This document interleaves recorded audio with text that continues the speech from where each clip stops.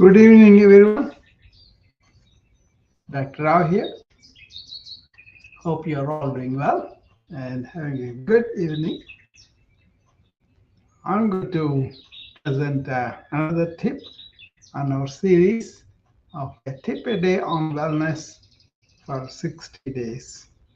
We've been doing this on weekdays only at 8 Central, and today is the day number 49.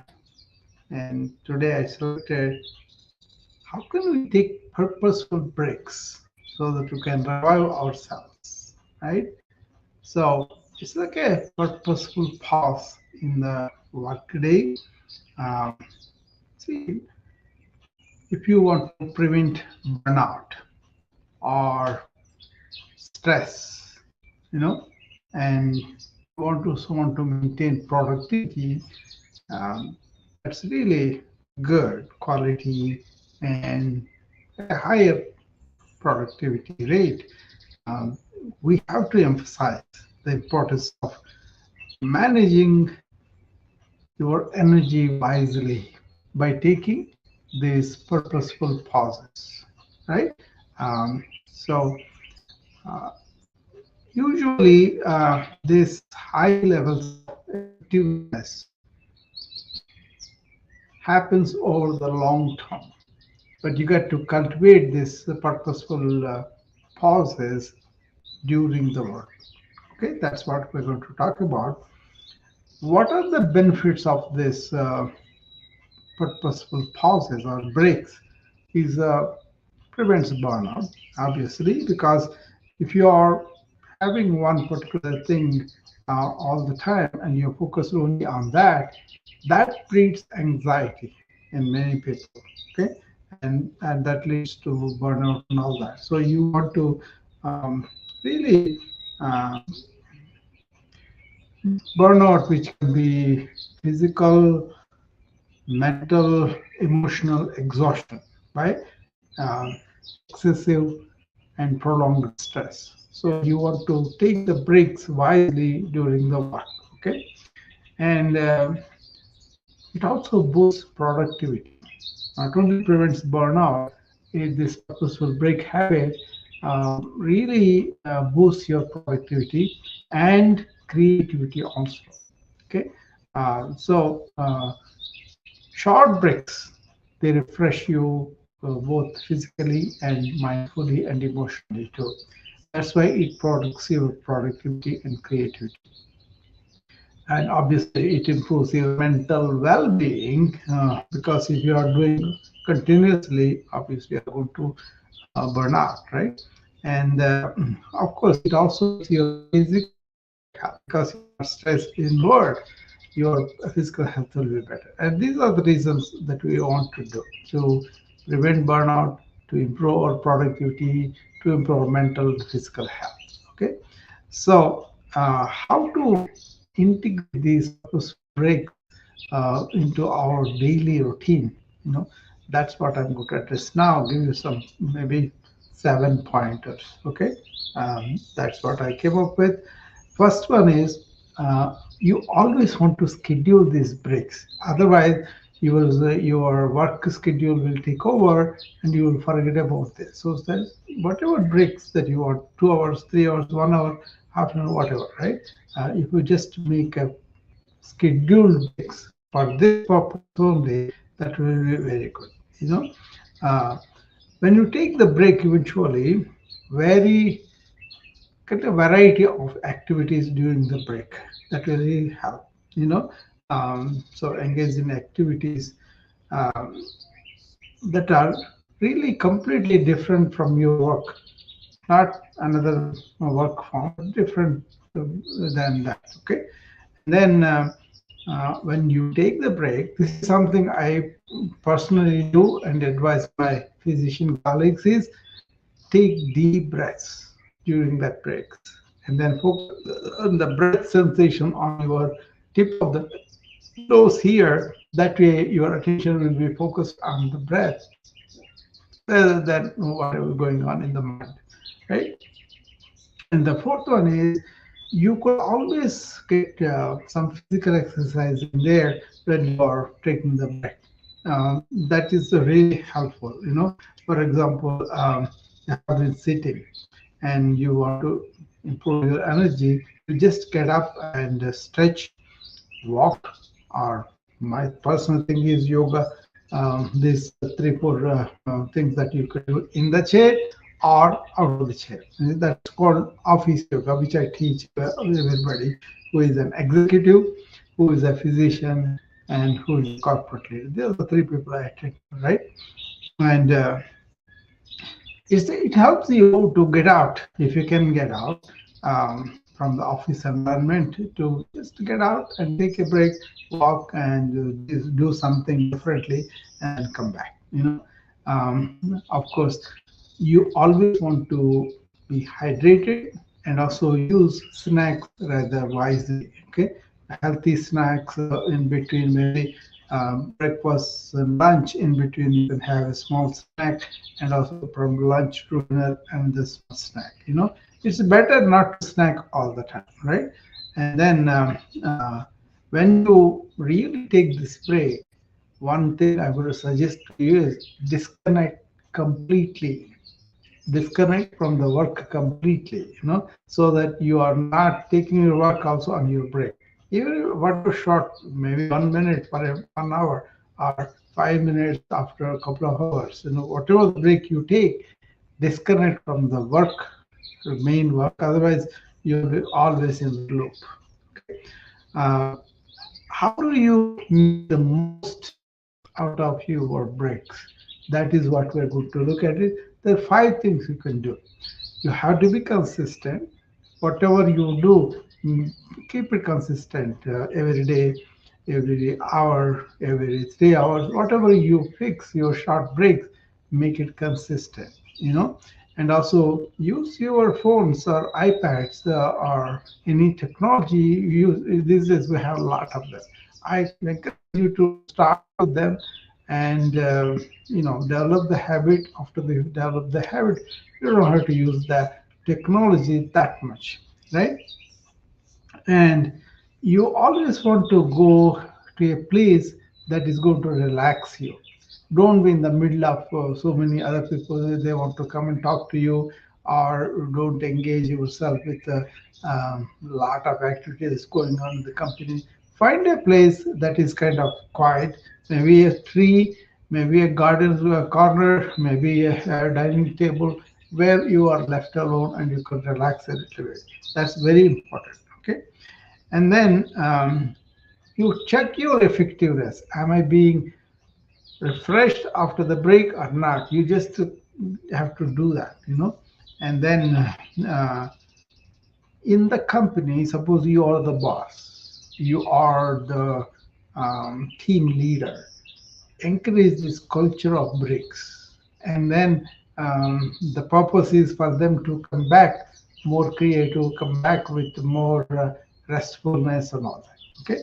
So by using this kind of understanding the benefits, and then how to incorporate it in the daily, and also how to be effective with these breaks, that will be very good. Okay. So take the breaks, make most of it, and be free of ever accumulating small doses of stress and anxiety that can mushroom into a burnout. Okay, I personally teach my physicians who uh, ask me for any burnout suggestions. I tell them always take breaks of 1 minute at least for every 1 hour through the day. What do you do in the 1 minute? Just drop everything from your mind and take deep breaths, and let your focus be on the breathing. It has two things. One thing is it takes you away from the mind. Also, it slows down the mind. The deep breathing really slows down the mind. That's a very good effect for these people who are running with lots of information, lots of thoughts, lots of things. Always, the more you run the mind, the faster it becomes. But then, if you know how to take the breaks and put it down, and then you can think deep, but not in a scattered way, in a focused way. And that way you get more quality out of your work, but you are not burnt out because you are thinking too much too fast, right? So that's why the deep breathing thing really works. I may be doing so many things, but I focus on only one thing at a time. So if you do that, and if you take a few breaks and then really be out of your mind, it's good for you in the long run. Okay, so that's really a brief talk, but it is importance of taking breaks on purpose and taking deliberate breaks and keeping it as a part of the culture and really understanding the benefits and getting the benefits is very important. If you have any particular ways you want me to help, you always welcome to reach out to me. Then I'll be able to uh, give you more suggestions on a particular work situation. One of the things I do with pride is people who are working in their own work environments. I devise ways for them to use that routine, to use that kind of environment or facilities, whatever they have, use them better. Okay, that really helps a lot of people because I ask them, okay, what are you doing in the hospital? Maybe and the nurse is working in cancer unit, for example. Okay, oncology, and her role is pretty tough sometimes because these cancer patients get sick very quickly and die on you, and that really weighs on them. The nightingale effect, right? The compassion fatigue we used to call, but now we call it burnout. So those come and then they tell me what kind of patients they are, how they are doing their entire routine. I usually devise a routine that fits their work environment, and that's really helped a lot of my friends and family to be able to be more effective in their work and not be consumed by the burnout that otherwise it can happen. Okay, so that's uh, really important to understand functional fitness, to understand how to get the resources within your work. For example, many of the doctors that I interview, they miss out on the feedback of the family and the patients. Okay, um, I kind of do my rounds such a way in the afternoon. I have some time left for my patient and the family. So I take a quick round and then go and talk to them, find out what's going on, how are they doing, what is going on with the treatments and everything, is everything is going the right way, and they usually tell me everything, and I can carry the misunderstandings or deliberate mistakes or whatever that is going on, and I go and take care of them, and then I usually report back to them and tell them this is taken care of. They're so happy I'm doing that because they feel like a relief of their own anxiety about the condition, about upcoming treatments, or maybe people did not explain to them completely. Some people do, some people don't. But I make sure as long as they're under my service, then they are my responsibility. I don't refer and leave the patient to the oncologist. I follow the treatment, I let them decide what he wants to do, but I have to know what is the plan, how are you going to execute. Did you talk to the essential people of patient and is so many people are there, right? So we have to take their permission and all that. So that kind of thing feeds me back when I go to visit the patient and family, feeds me back all the good things or not good things I have done. Mostly it's kind of nice things. Okay. Mostly it's kind of a compliments and all of that that they give. We don't go for it. We go for the being professional, being resolving the problem. But this is a side effect of our care. As we did, some people treat me like a god, some people treat me like their family member, some people treat me like a friend person, and all that. and then they want to know more about what I do, what I'm doing, and all of that. That really makes me feel good, not proud and egotistical, but make me feel happy and fulfilled. And so by the end of the evening, I feel so much more energized because of the treatment I got from all the people. So that is something that we could always fall back on, being service minded in any profession, and then by giving, and in return whatever you get usually may help you to feel good about yourself, you improve your self-esteem, not ego but self-esteem, and also you'll be able to serve the better because you have the direct feedback from them. If it is a service like medical care like we do, that's what happens. Okay, so always remember that, and you always can use the work environment for functional fitness, for taking breaks like this, and for developing good, nurturing, and empowering relationship with the staff, with the patients, with the whoever, administrator, all of them. Everybody has needs. So all you have to do is just try to be frank to that, and most of the time you can help people, and thereby a positive atmosphere, a nurturing atmosphere is maintained by your work style, and that will be very good. Okay, so that's what I want to tell you for today, and I can go on this thing. So everything is a big deal, but then how do you do breathe? What is the pranayama? What are the different types? That's a big thing. How can you do office yoga? How can you do chair yoga? And how can you do standing yoga? How can you do walking meditation? How can you do these breaks can be a form of meditativeness.